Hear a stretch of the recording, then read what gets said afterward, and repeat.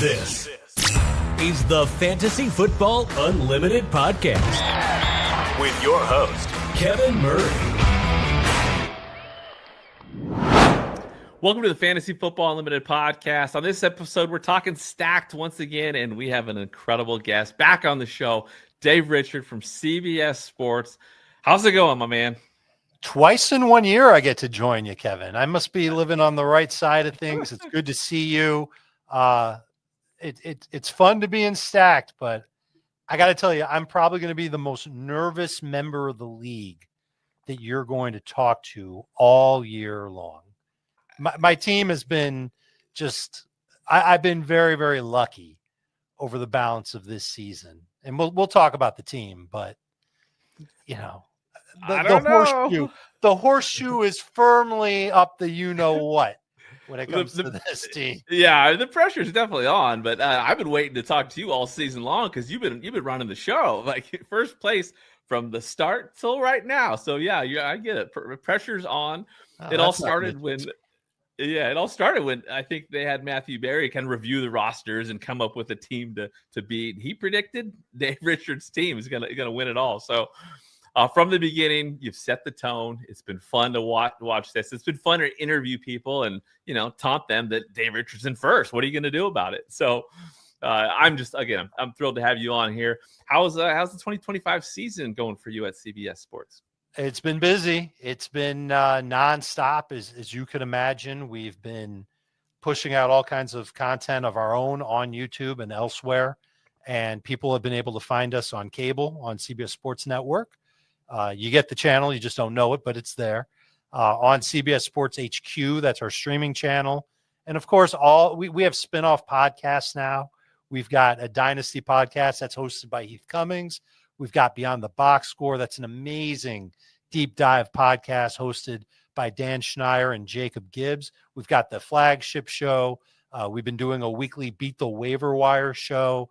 We've got the Sunday night recap with, overreactions. It's been busy. It's been hectic. It's been fun. It's encompassed what fantasy football is in 2025. I love it. Well, so what are the biggest surprises for you thus far this season? It's been another crazy one. You can start with like the unearthing of tight ends to the point where like we have more than we know what to do with. Like it used to be that we would have 2 or 3 really good tight ends, 4 or 5 decent tight ends, and then the rest is just crappy. But now that group that's crappy is actually pretty good. And some of them are actually starting to kick up a tier into that middle tier. And it's been interesting. So that's a change from past seasons. There's been a ton of like brutal injuries to wide receivers or to the quarterbacks of wide receivers. It's made that position pretty frustrating all year long. What about the health of running backs, Kevin? We've seen a lot of running backs stay healthy second year in a row. Yeah. You're the doctor. You explain it. I don't know what's going on, why, the alleged most fragile position in fantasy has, guys have gotten hurt, but it's not as bad as it's been prior to 2024. It is wild. You're right. Yeah, it's interesting how it's worked out, and there aren't a lot of complaints from people who took a running back in round 1 and maybe even round 2, with the exception of, I'm sure I'm missing somebody, but Bucky Irving is somebody that I know people are missing. I don't think anybody took Alvin Kamara or James Conner anywhere close to round 2, so they can't be freaking out about that. There's probably some other running backs that I'm just not thinking of who got hurt. Now, I'm not talking about busts. I'm just talking about guys that just, injuries took them off the field for a while. I think we've escaped that bullet so far. We've dodged that bullet so far. It's true. I mean, the only one I can think of is Scadaboo, and that's not your typical ACL. That was brutal in itself, right? In and of itself. But yeah, I mean, obviously it's been a crazy year. You're right. The rookie or conservative, like the veteran running backs, like it's still doing their things. You're totally right. Obviously, that's impacted fantasy across the board. Stacked league is what we're going to talk a little bit about, but you're, from the beginning of that, you've been, like you said, kind of been setting the tone with that. When we talk about the stacked league, we got to first introduce it as this is a a industry league, right? Celebrity industry league, where it's, just highly competitive. Some of the best analysts out there in the industry that have been doing it forever, brought together for this league for charity. You got $10,000 in charity, 5,000 going to Fantasy Cares, 5,000 going to the Champions charity, which, we got to ask you about that. What was it that made you want to compete in this league, and what is that charity that you're battling for? The charity is St. Jude Children's Research Hospital. CBS Sports does a lot with that. Our fantasy group does a lot with it. Every draft season, we do a draft-a-thon where we raise money for St. Jude, and we've just got some of the most unbelievably generous listeners, followers, viewers, whatever you want to call them, fans, people who ride with us and hang with us, and they love St. Jude and what their mission is as much as we do. And so for each of, I want to say like we've been doing the draft-a-thon for many years, but for each of like the last 3 or 4 years, we've raised over $100,000 for St. Jude each year. And we set a record this year. I wish I had the number. Kevin, I wish I had the number because it's an impressive number of what we raised. We work really hard to raise it. And any little bit that we can add after the draft-a-thon to further help out St. Jude, we're thrilled to do. And so the number one reason why I signed up for the Stacked League was to help St. Jude. I'm playing for them. I want to give them a nice big donation that would help them out and make things better for as many people as we can help, as many families as we could help at St. Jude. The other reasons why I joined the league, I like to play fantasy football. Yes, I do. I've also always been intrigued with the fantasy football subreddit. And, when you think about Reddit and you think about the subgroups in other areas, you think a lot about like some really like out there people. I don't think that exists in the subreddit group. I think there's a lot of people who are like-minded and love fantasy and love to talk fantasy. They want to win their leagues. They're happy to help other people. I've wanted to like kind of get involved with that. I haven't been able to do that as much as I wanted to this year, but I've always been intrigued by them. And so I'm hoping that they've got a chance, and I hope they're into the Stacked League and they pay attention to it and they draw some conclusions on how to build a fantasy team or how to maintain a fantasy league. We do the waiver wire super early each week so they can look at that and say, okay, here are the guys that went for high bids in this industry league. Now I can go and run my waivers and bid accordingly, or maybe a little bit less, maybe a little bit more based on what these industry people did. So those are my reasons for getting into the Stacked League. Well, yeah, obviously Jeremy's doing an incredible job as kind of an ambassador for Reddit, for the subreddit in fantasy. What a wild world that is. There is so many people out there that just, that are dedicated to fantasy content and winning leagues and all that good stuff. So shout out to Jeremy on that. With this league, we're talking again, serious competition. It's, from start to finish, you've been in first. You're at 7-2 currently. Sigmund Bloom now at 7-2. Kendall Valenzuela has been a force. She's now at 6-3. Chris Harris 6-3. Andrew Cooper, you got an opponent this week. He's at 5-4. He's got a 2-game winning streak, which is impressive. Ben Gretsch, you just recently took out. You survived that. We'll talk about that in a second. But he's at 4-5. And then you got, a few other teams at 4-5. You got a big group of people that are fighting to get in those playoffs, because that's obviously you got to get to the playoffs first and then go from there. And there is last place punishment, which is fun. Currently, Greg Branos at 1-8. He's in that driver's seat, but hopefully he can come up with a few wins and give Jake Celia a run there, and Justin Boone, who I do think has an incredible team. Somehow he's 3-6, but that's where that good old opponent scoring average comes in. Yeah. But for you, week 9, I mean, you face Ben Gretsch, right? Like, former CBS colleague, right? Yes, absolutely. You survive Bowers and Lamar. Like, did you at any point did you think you were going to win that one? No, absolutely not. I got extremely lucky. Not only did he have Lamar and Bowers, he also had Jahmyr Gibbs. And by the grace of ye old fantasy gods, Jahmyr Gibbs had 4.3 fantasy points last week. Unreal. Who would have predicted it? Absolutely no one. If he had anywhere close to what he was projected for, I would have lost It would have been over. No chance. And suddenly Sig would have been in first place, right? It's pretty wild how fantasy works, of course. But you had Davante Adams, and you had your hero Rico Dowdle. Like, yes. talk about a waiver wire addition this season.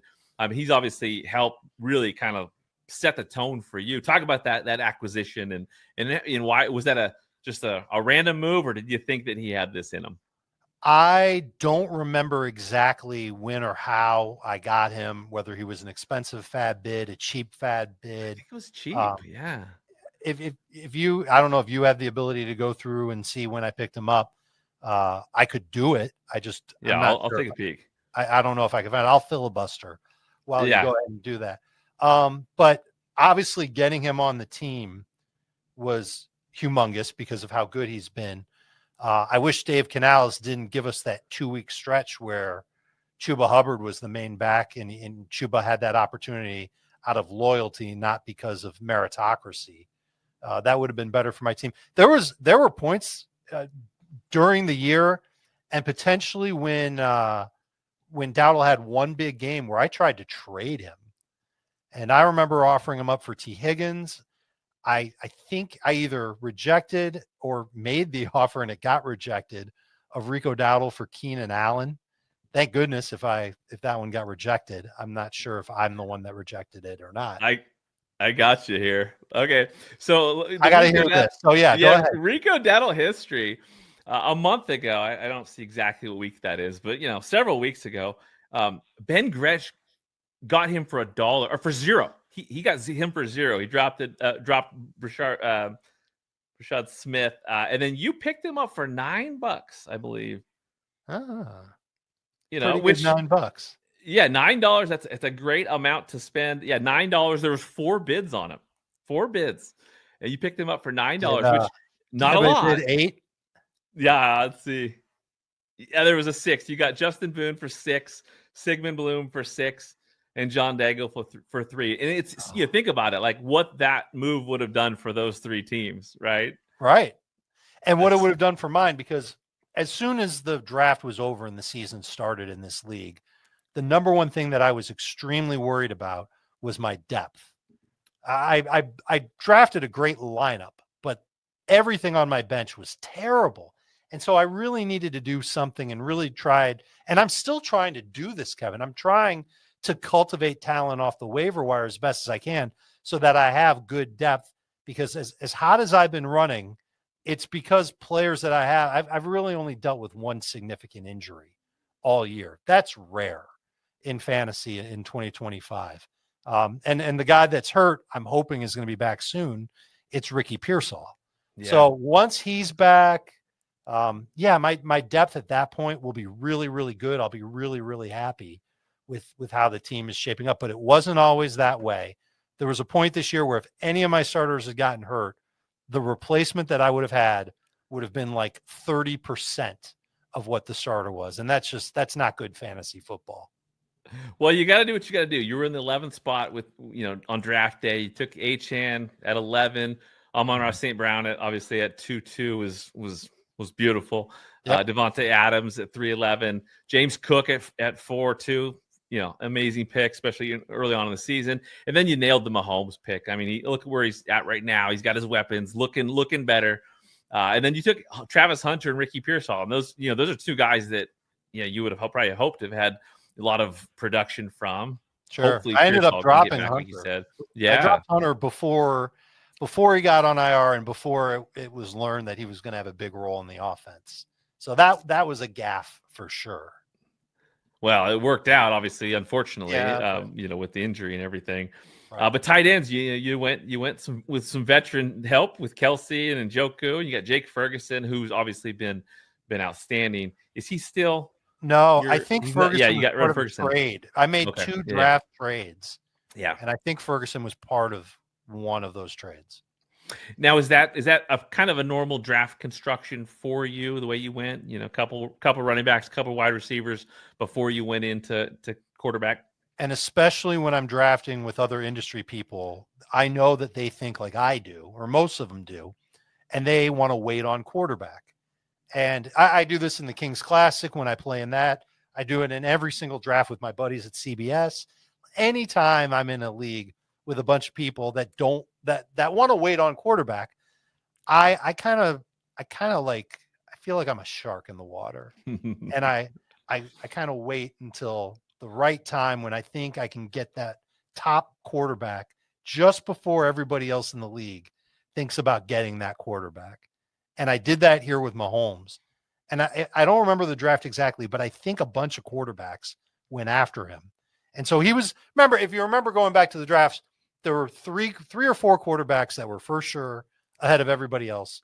And then you had like this duo of Hurts and Mahomes that people were either way into or way out on. And if you're out on Hurts and Mahomes, well, you just might as well wait 3 more rounds and get Baker Mayfield or something like that.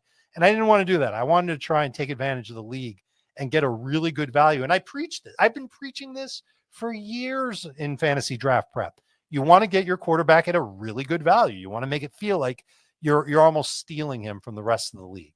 And that's what I felt like I did with Mahomes. I stole him from the rest of the stacked league. Well, you got Mahomes and Goff. So, I mean, it's a great duo for quarterbacks, I think. And then, again, you got Achane and Cook.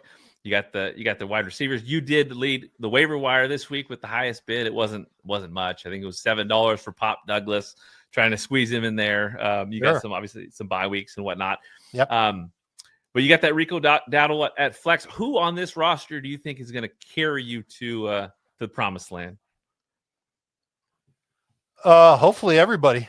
I don't know if there's one. Is there? Look, I'm really fortunate, man. I've got a team that's played well, and they're all healthy. And so, yeah, I look at the running backs, Achane and Cook, and I'm just hoping nothing goes wrong with either one of them.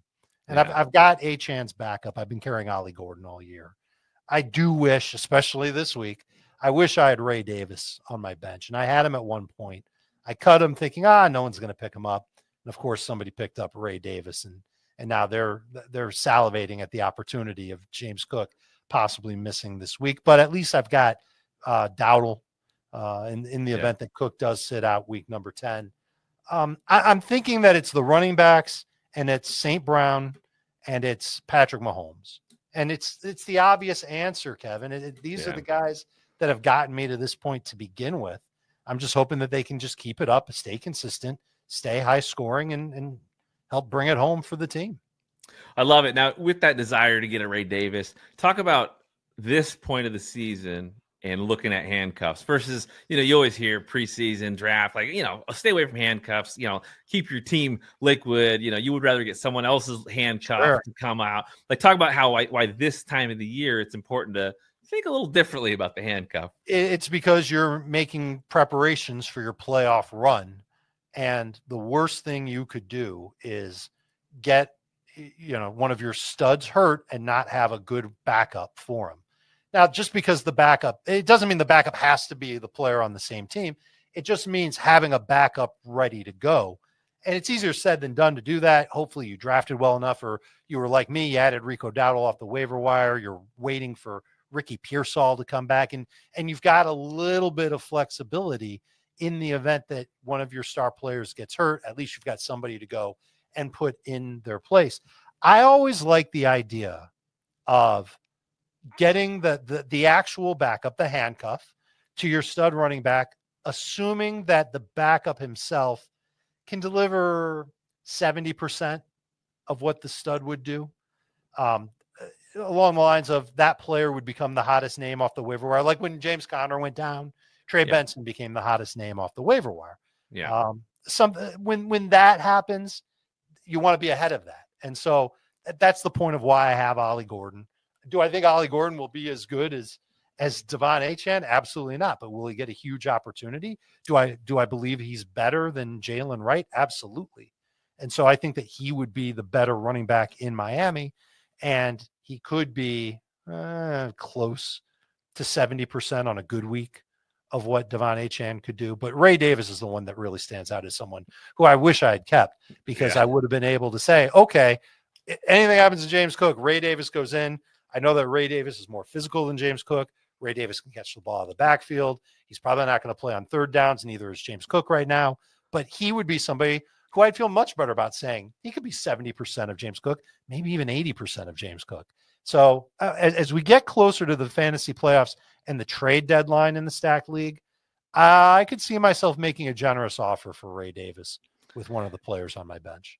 Yeah, I was going to say we probably should shut down the Ray Davis talk so we don't talk him up too much because you still obviously want a chance at him. But I would agree. That's the kind of player where as a handcuff, yeah, he can step in and be an important piece on a really good offense. Love what you're looking at with that. So when you look around the league, is there any, are there any teams that make you specifically nervous or any managers that you just want to beat? Okay. Well, I know that Sigmund Bloom is going to have it out for me because I beat him by like 1 point in week 1. And ever since then, he's walking in my shadow. Like, he's got a great team. Yeah. I am sure we are going to cross paths again. And I am sure that he's going to, I don't know how he'll do it. I don't think he can give his team a pep talk or anything like that, but his team is outstanding. I could see his team beating my team pretty easily. And I haven't gone back to see how many weeks this year would that have been the case. I can do it for last week and just see like what would have happened if I had played him last week. Let's see. Last week I scored 122.5. And why can't I see how other teams did in week 9? Because I have the wrong tab up. Sorry to hold you up. He scored 89.1. Okay, so last week I would have beaten him. Yeah. I would have gotten very lucky to have done that, but he's somebody that I'm sure would love another crack at me, as would Ben Gretsch. And I shouldn't admit this, but I will. I took it. I felt very fortunate to beat Ben, but it was also fun to do it because I respect the hell out of him. Yeah. When I worked with him, I learned a lot from him, and I kind of wish he was still, I definitely wish he was still part of our team at CBS. He's such a good forward-thinking fantasy analyst. So again, our paths will cross again. And I'm sure when they do, Jahmyr Gibbs is not going to score 5 fantasy points or whatever he did. But there is a manager in this league who I want to get revenge on, Kevin. Okay. Because my first loss came in week 3. Not that I remember or anything, but week 3, I lost to Andy Behrens. Here's the final score: 109.02 to 108.98. Unreal. Yeah, it was unreal. It truly was. I think I interviewed Andy that next week. And yeah, I mean, like, you got to get revenge on that. And you can't let Andy do that to you. So I lost on a Jared Goff kneel down. Oh, yeah, absolutely. Yeah. I did interview him on that because that was like one of the biggest miracles. I think we named it at that time like one of the craziest events that's ever happened in the history of fantasy football. Maybe a little bit over the top, but it was a wild matchup, and you deserve another shot at him. However it happens, I think that's incoming for sure. Kevin, that same week, I beat somebody in a different league by 0.04. Oh, jeez. That's the craziest thing that's ever happened to me in fantasy football. Oh my gosh, that's incredible. Won by 0.04, lost by 0.04. Oh my gosh. Yeah, try to do that again. That's incredible. I love it. I just would rather win each game by like 40 points. Thank you very much. Yeah, that would be much easier for sure. But yeah, people are coming for you, no doubt. Waiver wire wasn't too active this week, like you said. Like I said, you got Pop Douglas, Colston Loveland added to Sigmund Bloom's roster. You're a Chicago person, Chicago background. What do you think about Colston Loveland? What do you think about that role moving forward? Who got him? Who added Colston Loveland? Sig. Your what nemesis. A terrible player. What a horrible tight end. He's going to be like 1 fantasy point per week. Way to go. Sigmund, if you're watching, why don't you just trade him to me for Chimray DK and just get that nuisance off your fantasy team? Okay, I can't keep that charade anymore. Loveland was really good last week. Even if you take away the yards after the catch and the touchdown that he had, remember, because it was like the last play for Chicago and Loveland rumbled for a touchdown. Even if you take that away, it's 14 fantasy points in full PPR. Yeah. And he still had 7 targets in the game. any tight end that's in that neighborhood of 6-7 targets, I think you can feel good about as a potential fantasy starter. I do worry a little bit about what happens with Luther Burden coming back, Cole Kmet coming back. Does that bring the target volume down for Colson Loveland? It might, but I absolutely think he's stashable this week. And Chicago's got a lot of interesting weapons on offense, and he's somebody that they're going to build around eventually.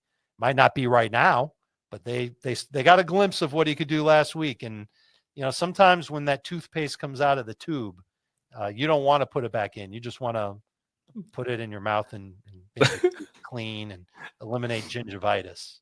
There you go. You got to use the toothpaste. You got to use the player. Great advice. And yeah, the future is bright. Obviously, he definitely put it on display this week.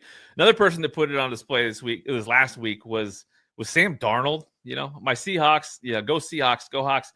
But you're facing Sam Darnold this week with Andrew Cooper, Breece Hall, and maybe an angry Breece Hall. You got Genty in the mix. You got to match up with Andrew Cooper. He's won 2 in a row. I don't think he's spent a dime on Fab this year. Not sure what that strategy is. But you got Andrew Cooper coming up. What's your message to Andrew Cooper? My message to Andrew is let's have a good game, and let's hope that the projections on Sleeper are accurate and that I beat you by 30 points. There we go. That's right. Nice, easy 30-point win. Look, he does have some outstanding players. He's very invested in that Arizona-Seattle game because he's also got Marvin Harrison Jr., who's been playing unbelievable with Jacoby Brissett. It's what we said all along. Jacoby Brissett unlocks people for fantasy football. But Darnold has been playing great. And I actually think, Kevin, that this is a tough matchup for him. Cardinals got to Dallas last week. Number one, their secondary was finally healthy. Number two, they had their rookie first-round pick on the D-line, Walter Nolan. And everybody watched the game. Everybody kind of saw him attack that line and stop the run a little bit. This is the best that the Cardinals defense has looked all year. And their ability to take down the Cowboys, hold them to 17 points, that's impressive. And so I wonder if they give a little bit of trouble to Darnold, and maybe Darnold has a good week, not a great week. And that's just the way that it goes for him. Then again, he just torched the Commanders. Washington has no pass rush to speak of. It's not like Arizona's pass rush is great all of a sudden. Darnold's proven that when he's in a nice, clean pocket, he can make all kinds of great throws, and he just got Rashid Shaheed. So I'm sure it'll be a little bit of both. I'm sure the Cardinals will rumble in there a little bit. For the most part, I would expect probably in the neighborhood of, let's call in a 6-point per passing touchdown league, 22 points for Darnold this week, maybe some upside for 26. There you go. So in the real world, could be a trap game, for my Seahawks. But still looking ahead, you brought up Rashid Shaheed. One of the last things I'll ask you about. What do you think about that acquisition? Well, first of all, there are no such thing as trap games when it comes to division opponents. The teams won't let that happen. And second of all, Shaheed is a fantastic fit for Seattle. He's familiar with the offense because he played in this exact offense last year with Clint Kubiak, and it's going to give Seattle some more flexibility with their offense. They've been playing a lot of 2 tight end formations. I want to say that they've had multiple tight ends on the field about half their plays this year. And so now they're going to have the chance. Imagine this 3 receiver set. Kevin, this is going to make you smile. Jackson Smith-Njigba, Rashid Shaheed, Torrey Horton as the 3 receivers. You can really stretch defenses with that trio. And I'm sure we will see that at some point when Seattle feels like they've got an advantageous matchup and they don't need to leave 2 tight ends on the field as much as they have been throughout the year. And maybe this week is one of those weeks because, like I said, it's not like the Cardinals pass rush is dominant. They can probably protect Darnold with 5 linemen and 1 tight end. And then you just roll out 3 receivers and you stretch those corners that they have in Arizona. Those guys are good. They're not great. It wouldn't surprise me if we saw a season high of 11 personnel from Seattle this week. Exciting. Well, this has been fun. I love this format because, we're talking about a fantasy league. People always say, oh, I don't care about someone's fantasy league. I love the way that you guys have you come on this show and really broken down a ton of players across the board, your opponents, your own team, other players that, like a Shaheed. I think it's done a great job with just sharing good content with consumers who are tracking this league. You guys have been outstanding, every step of the way. Look forward to seeing how it turns out. I'm going to bring the champion back on this show to celebrate. So at this point, you're in the driver's seat. No pressure, but look forward to seeing you potentially down the road. It's been a ton of fun. Wish you the best of luck with this league. And, I think you got a shot here. So if there's anything you want to close out with, I know that at the top you kind of dropped some of the stuff that you're doing with CBS, but if you want to close out where people can find you, the floor is yours. Sure. Yeah. Fantasy Football Today. Search for it on YouTube, like and subscribe to the channel. We've got all kinds of great content that will help you win your fantasy football leagues this year. And fingers crossed for all of us, including you, Kevin, that we pull through and all of our teams that are winning right now, they pull through and they keep on winning. And the teams that aren't winning right now, those 3 and 6 squads, yeah, they find a way to turn it around too, and they start winning as well. Love it. All right. Thank you, Dave. You got it. Thank you for listening to the Fantasy Football Unlimited podcast. Until next time, be sure to follow and subscribe to all of FFU's social media accounts for daily